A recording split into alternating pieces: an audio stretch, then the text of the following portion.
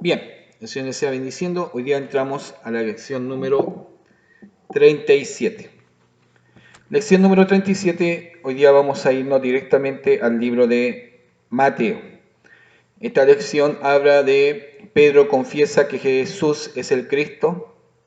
Jesús predice su muerte, el reino prometido y la transfiguración. Todos esos pasos vamos a tratarlos, ¿ya? Ahí está sonando este micrófono. Bien, estos episodios aparecen solamente en el libro de Mateos, Marcos y Lucas. Y con más desarrollo, yo estaba viendo, es en el libro de Mateo. Oramos, Señor. Vamos a entrar al estudio de la palabra. Padre, te honramos, te bendecimos. En este instante hemos de leer tu palabra y pedimos tu bendición. Mientras leemos de tu palabra, mientras, Señor, la escudriñamos, mientras la oímos, pedimos, Señor, que tú nos bendigas.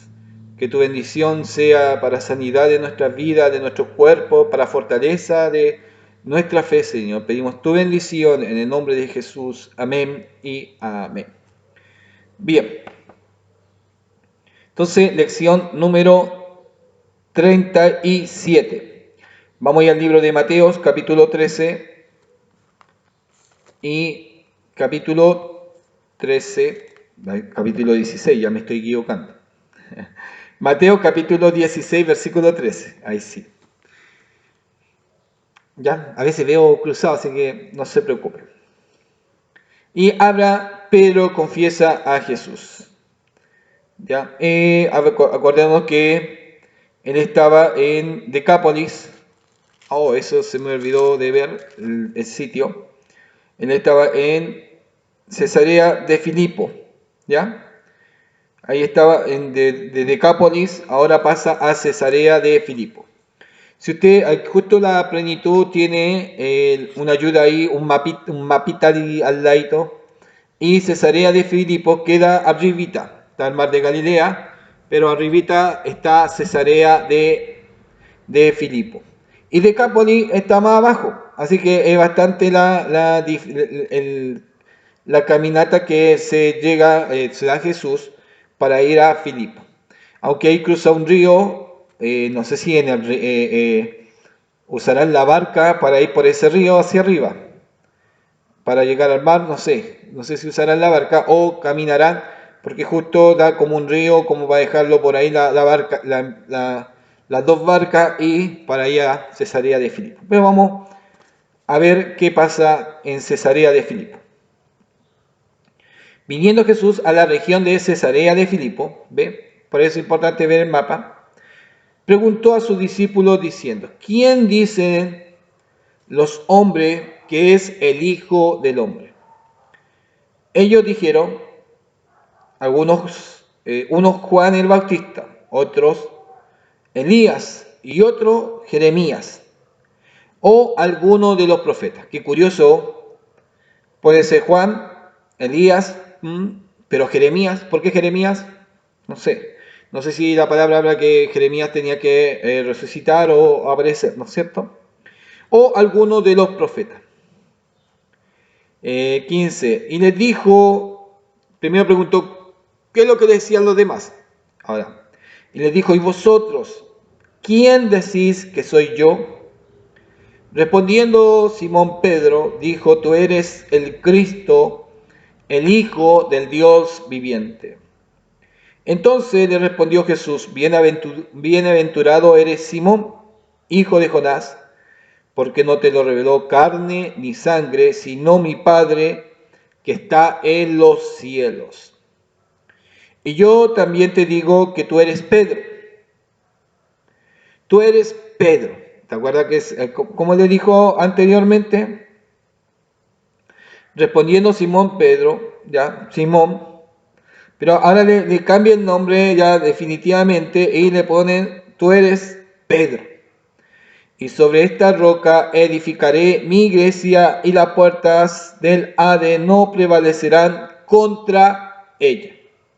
Y aquí donde aparecen muchos problemas doctrinales, muchas ideas con este fundamento.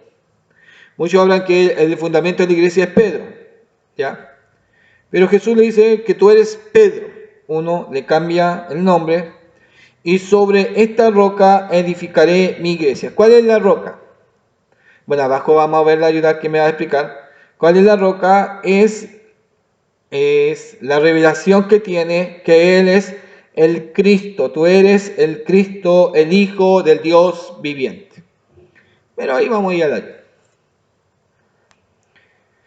Entonces, 19. Y a ti te daré la llave del cielo, del reino de los cielos, y todo lo que atares en la tierra será atado en los cielos, y todo lo que desatares en la tierra será desatado en los cielos. Entonces mandó a sus discípulos que a nadie dijese que él era Jesús el Cristo. Entramos a la ayuda. 16, la ayuda del 16, la plenitud, dice: Pedro confesó a Jesús como el Mesías prometido y como Dios. En el versículo 17, la deidad de Cristo no es una verdad conocida solo. 17, la deidad de Cristo es una verdad conocida solo a través de una revelación divina de parte de Dios. ¿Ya? Y ahí empieza la explicación del término roca. Pero voy a saltar porque es muy fuerte, muy grande en esa situación. Versículo 19. Las implicaciones de este importante versículo son diversas y necesita ser entendida. La terminología de Jesús tiene elemento de simbolismo y en el griego da lugar a una compleja construcción. ¿Ya? A ti te daré la llave del reino de los cielos. Por eso se dice que Pedro es portero arriba, ¿ya? Pero, oiga, aquí sacamos mucha idea. Voy a hablar de la roca. La roca no es Pedro como individuo. ¿Por qué? Cristo sustituyó la palabra Petra como una roca colocada en el fundamento de una edificación. Por Petros o fragmento de Petra, Cristo pudo haber querido decir que él mismo era la piedra sobre la cual descansaba la iglesia, ¿ya? Y que la iglesia se construye con estas piedras que participan de la naturaleza de Petra a través de la confesión de fe en él. En primera de Pedro 2:5, Pedro, por lo tanto, es la primera de muchas piedras utilizadas en la edificación de la iglesia. Entonces, estamos hablando, la primera, la piedra angular, pero el edificio se va elevando, pero la piedra es el fundamento, Cristo. La revelación es el fundamento. Tú eres el Cristo, el Hijo del Dios viviente. Hay mucha interpretación en este sentido. Así que no se preocupe si... Tengo otra Biblia que... La Biblia, voy a ir a la otra.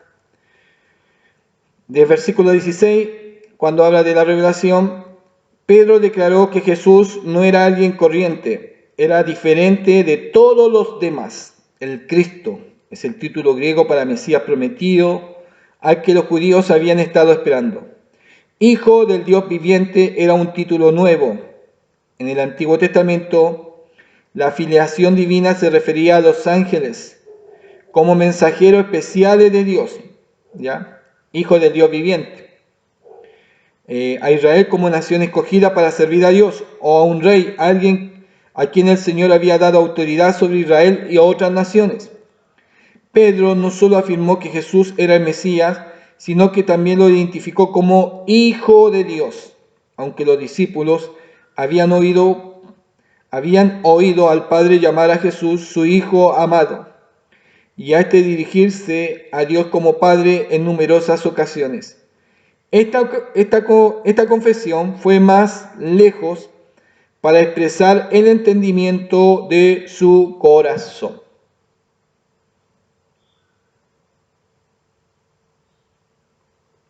el atar y desatar.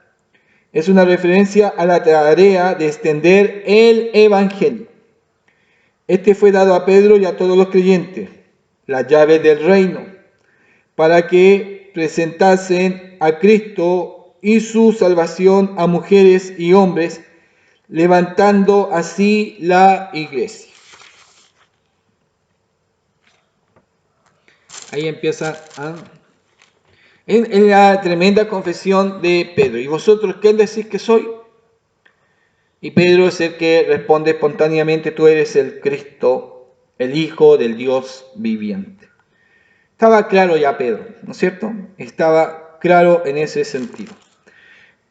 Entonces, lo que habíamos leído al 20, entonces mandó a sus discípulos que nadie dijese que él era el Cristo. Dinámica del reino. La voz de Dios, rasgo de líder. El líder piadoso oye a Dios. El líder piadoso oye a Dios, o sea, su espíritu está en sintonía con los impulsos y las lecciones del Espíritu Santo. En una revelación, Pedro no se guarda lo que Dios le está revelando. Viene la pregunta y él declara lo que le ha sido revelado, ¿no es cierto? En Cesarea de Filipo, un bastión de los antiguos demonios, dioses de Siria, Grecia y Roma, Jesús preguntó a sus discípulos sobre su identidad. La respuesta de Pedro trascendía las posibilidades humanas, de ahí que Jesús comentara que tal respuesta procedía de Dios. Tú eres el Cristo, en la revelación. Ahí viene ahí el Espíritu Santo dando la revelación a Pedro. Entonces el Señor declaró su manera enfática, que el liderazgo en su iglesia actuaría y se apoyaría. No es la capacidad de razonamiento humana. No es lo que podamos pensar o lo que creemos. No. Sino más bien en su disposición y receptividad para oír a Dios a través de él. ¿Da? A través del conocimiento de la revelación. O sea, de aquellas cosas que Dios pone de manifiesto por medio de la obra del Espíritu Santo. A nosotros aún como predicadores o estudiando la palabra, por conocimiento es bien terrible, y sabemos cuando habla alguien de conocimiento, todo lo demás, no llega al alma, pero cuando alguien ha vivido, hay una emoción y todo lo demás, la palabra, hay vida en la palabra en él, oiga, hay otra predicación o es otra la palabra, ¿no es cierto? Entonces Pedro recibe esta revelación y es como el principio de decir, así va a trabajar la iglesia a través de la revelación del Espíritu Santo. Y en el libro de Hechos viene el Espíritu Santo y empieza a mover y a dirigir a su iglesia. Y empieza a colocar las órdenes. Pero no faltaron también aquellos peligrosos dentro de la iglesia que tenían sus ideas. No su idea humana, su pensamiento humano. Muchos quisieron colocar la filosofía o lo que sabían, su conocimiento, y lo quisieron entremezclar con la iglesia. Ese es el problema. El otro día hablábamos de lo que no comen carne, ¿se acuerdan? Que también meten sus ideas dentro de la iglesia. Y ahí entramos con problemas y entramos con dificultades. Versículo 21 dice de la siguiente manera.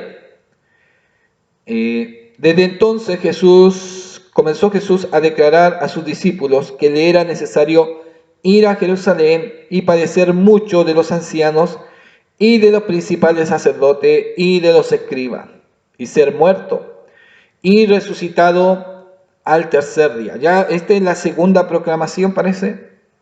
Segunda o tercera.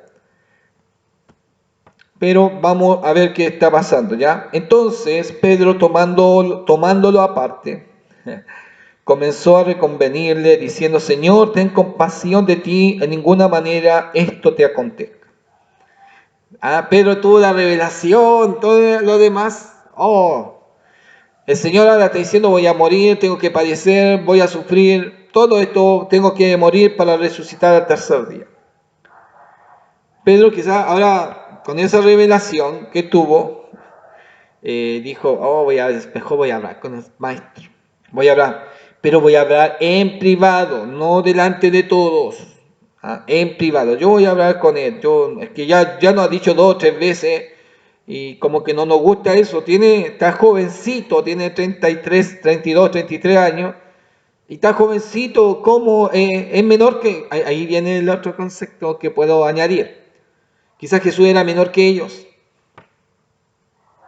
Quizás era menor. Nosotros hablamos de Pedro y de los apóstoles, de los discípulos, pero muchos de ellos quizás eran mayor o menor, ¿no es cierto?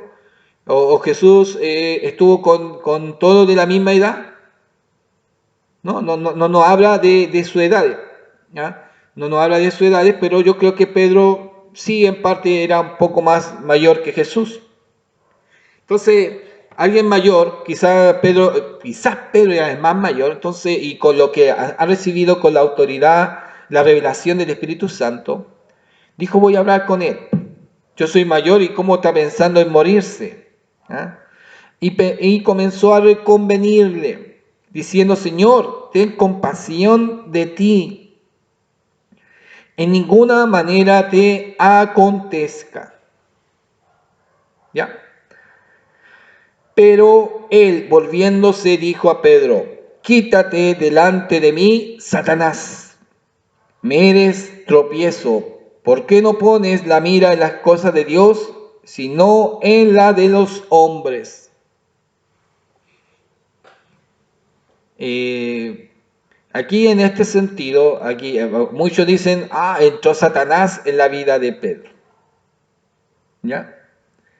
Pero no creo que haya entrado Satanás en la vida de Pedro, sino estaba pensando como hombre, pensamiento de hombre, pero este pensamiento de hombre estropeaba el proceso de Cristo, lo que Cristo tenía que padecer. Voy a ir a la ayuda. La confesión de Pedro marca un punto de cambio en el ministerio de Jesús, porque desde entonces comenzó a hablar abiertamente acerca de su muerte expiatoria y que era necesario, indica un imperativo divino. La reprensión, el versículo 23, quítate delante de mí, Satanás. Las palabras son idénticas a las de Mateo 4:10. Jesús reconoció en las palabras de Pedro la misma tentación diabólica inspirada que le sugería evitar el sufrimiento como parte de su vocación mesiánica. ¿Ya? Apártate de mí, Satanás. Era un pensamiento, no sé. Por eso aquí en este sentido, marcar que Pedro estaba, no sé, tomado en ese instante, medio complicado. Voy a ver acá en esta Biblia. 16. Pedro estaba haciendo de forma involuntaria. Ahí está. Pedro estaba haciendo de forma involuntaria lo mismo que Satanás intentó en la tentación del desierto. Instar a Jesús a actuar por sí mismo sin contar con el Padre. Las palabras de Jesús no encajaban con los planes de Pedro, ¿ya? Del mismo modo que la misma, junto a sus hechos, no lo hacían en los fariseos, escribas y saduceos. Jesús tenía un único propósito, hacer la voluntad de Dios, ¿ya? Voy a leer de nuevo, no sé si me entendió. ¿Sí? ¿No? Ya, voy a ver para que quede más claro. Pedro estaba haciendo de forma involuntaria lo mismo que Satanás intentó, ¿ya?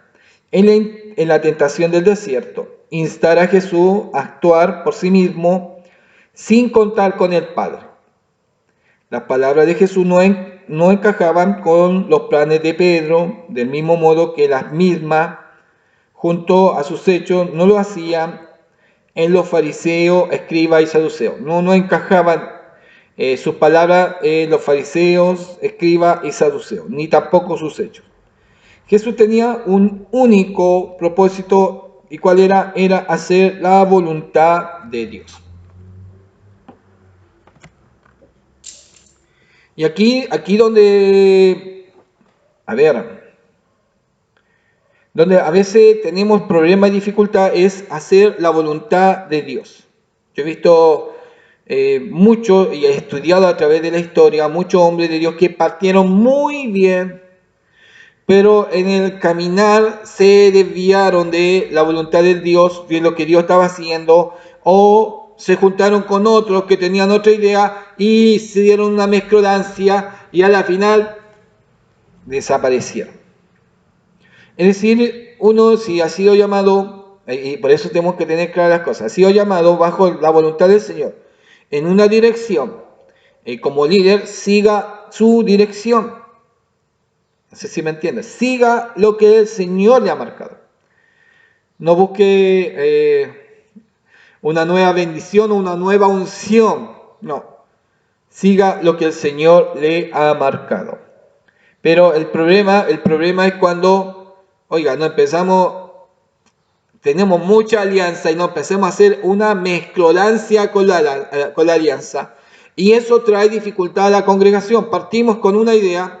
Esta es nuestra idea, así vamos a trabajar, esto es lo que marcamos, pero de repente vamos variando, no, ahora no vamos a hacer así, vamos a hacer así, y después venimos con otra idea, no, esto vamos a hacer otra situación.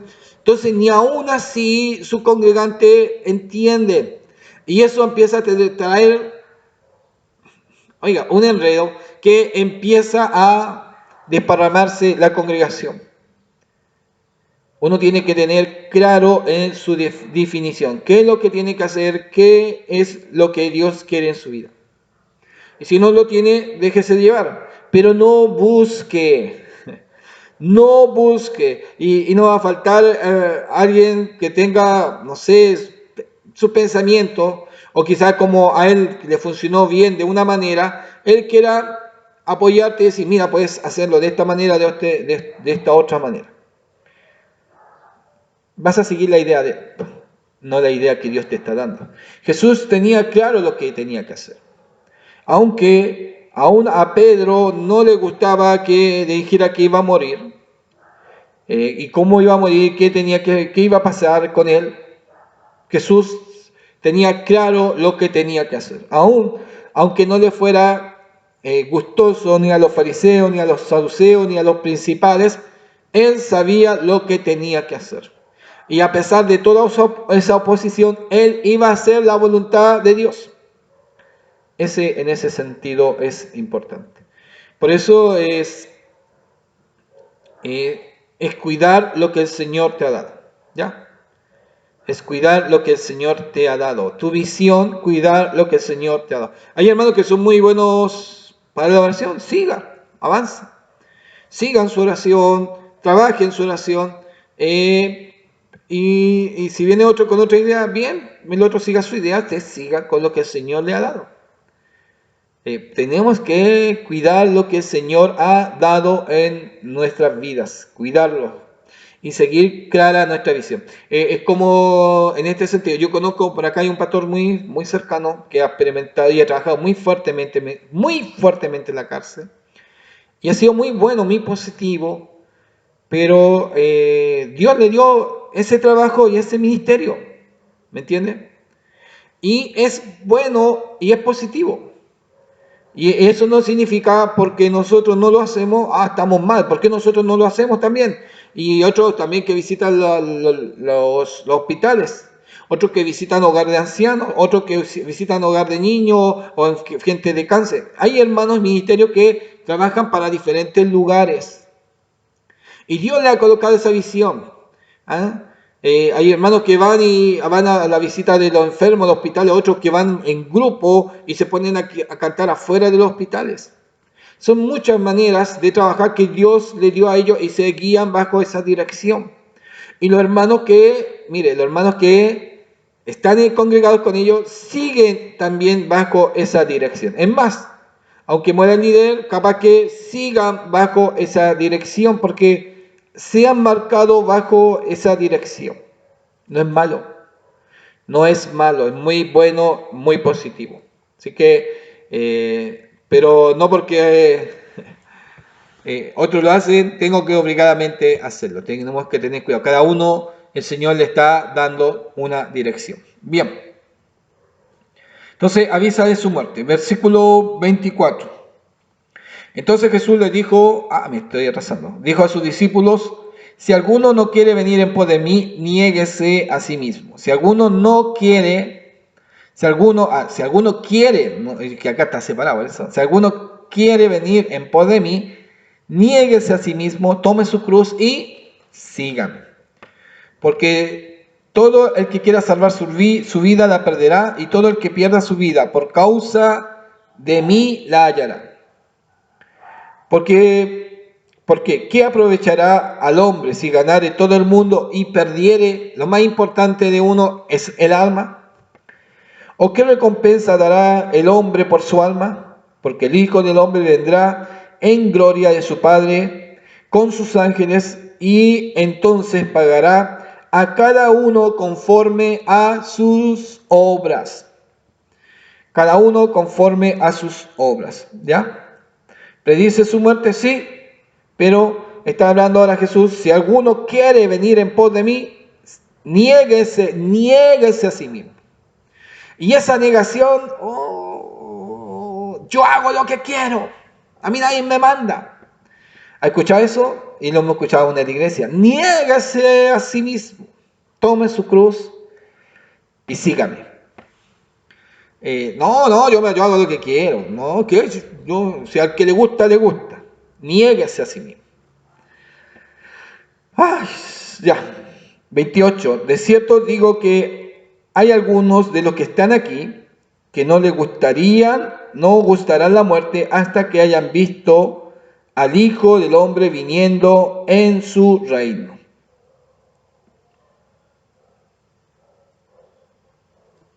Ya, viniendo en su reino. Con referencia a este versículo, dice el versículo 28, Jesús está enseñando que algunos de los que están aquí verán su transfiguración. En ese sentido sería su transfiguración. Sí, porque de tiempo que ellos han pasado muchos años, o 2 siglos, 2 milenios, de cierto digo que hay 20, 2000, sí, siglo 20. De cierto que os digo que hay algunos de los que están aquí no gustarán la muerte hasta que hayan visto al Hijo del Hombre viniendo en su reino. 6 días después Jesús tomó a Pedro, a Jacobo y a Juan su hermano y los llevó aparte a un monte alto. Y se transfiguró delante de ellos, y resplandeció su rostro como el sol, y sus vestidos se hicieron blancos como la luz. He aquí le aparecieron Moisés y Elías hablando con él. Entonces Pedro dijo a Jesús, Señor, bueno es para nosotros que estemos aquí. Si quieres, hagamos aquí 3 enramadas, una para ti, otra para Moisés y otra para Elías. Mientras él aún hablaba, una nube de luz los cubrió. Y aquí una voz desde la nube que decía, este es mi Hijo amado, en quien tengo complacencia. A él oí. Al oír esto, los discípulos se postraron sobre su rostro y tuvieron gran temor. Entonces Jesús se acercó y los tocó y dijo, levantaos y no temáis. Alzando ellos los ojos, a nadie vieron sino a Jesús solo. Cuando descendieron del monte, Jesús le mandó diciendo, no digáis a nadie la visión hasta que el Hijo del Hombre resucite de los muertos. Entonces sus discípulos le preguntaron diciendo, ¿por qué pues dicen los escribas que es necesario que Elías venga primero? Respondiendo Jesús les dijo, a la verdad Elías viene primero y restaurará todas las cosas. Mas os digo que Elías ya vino y no le conocieron, sino que hicieron con él todo lo que quisieron. Así también el Hijo del Hombre padecerá de ellos. Entonces los discípulos comprendieron que les había hablado de Juan.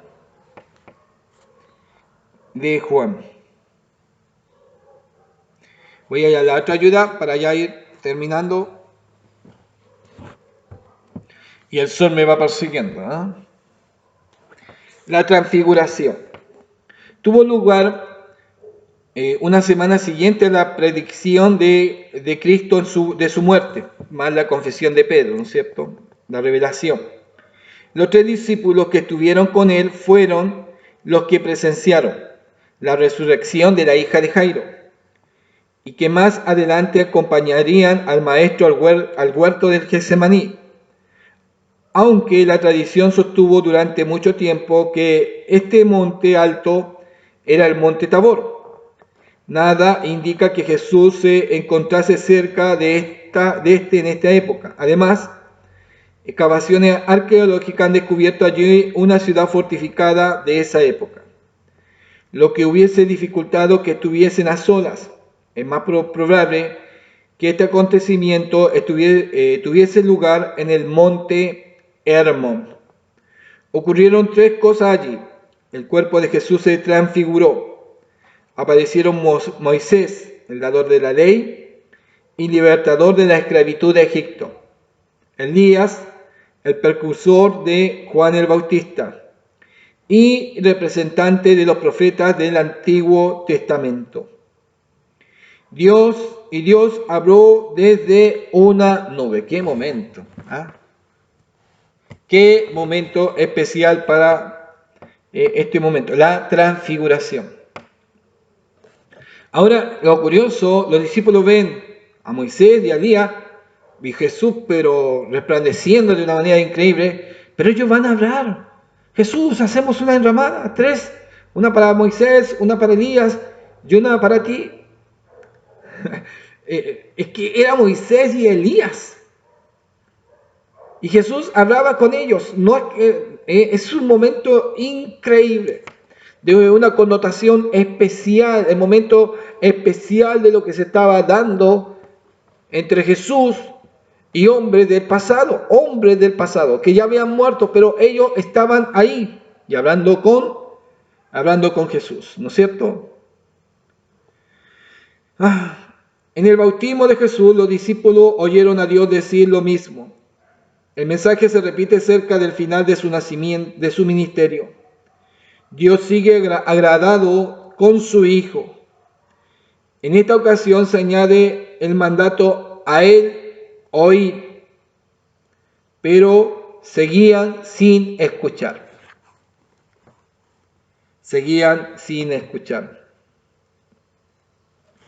El mensaje debió ser confuso. Versículo 9, 17:9. La transfiguración no se produjo para la masa, sino para sus discípulos. ¿Ya? Se encontraban en un punto crucial de su compromiso con Jesús. Todo dependía de quién era Él para ellos. De hecho, Él los había desafiado recientemente con esta pregunta. Necesitaban estar preparados para lo que parecería la derrota, la cruz. Lo está preparando. Le está dando la mejor revelación que ni uno había tenido. Oiga, si hubiese traído a los fariseos, a los escribas, y le hubiese dicho, esta señal le voy a dar, y aparece Moisés, y aparece Elías, y aparece Dios ahí, no Dios, sino aparece Cristo glorificado, iluminado, y aparece la voz del cielo, ni aún así los fariseos y los escribas hubiesen creído. ¿Qué cosas?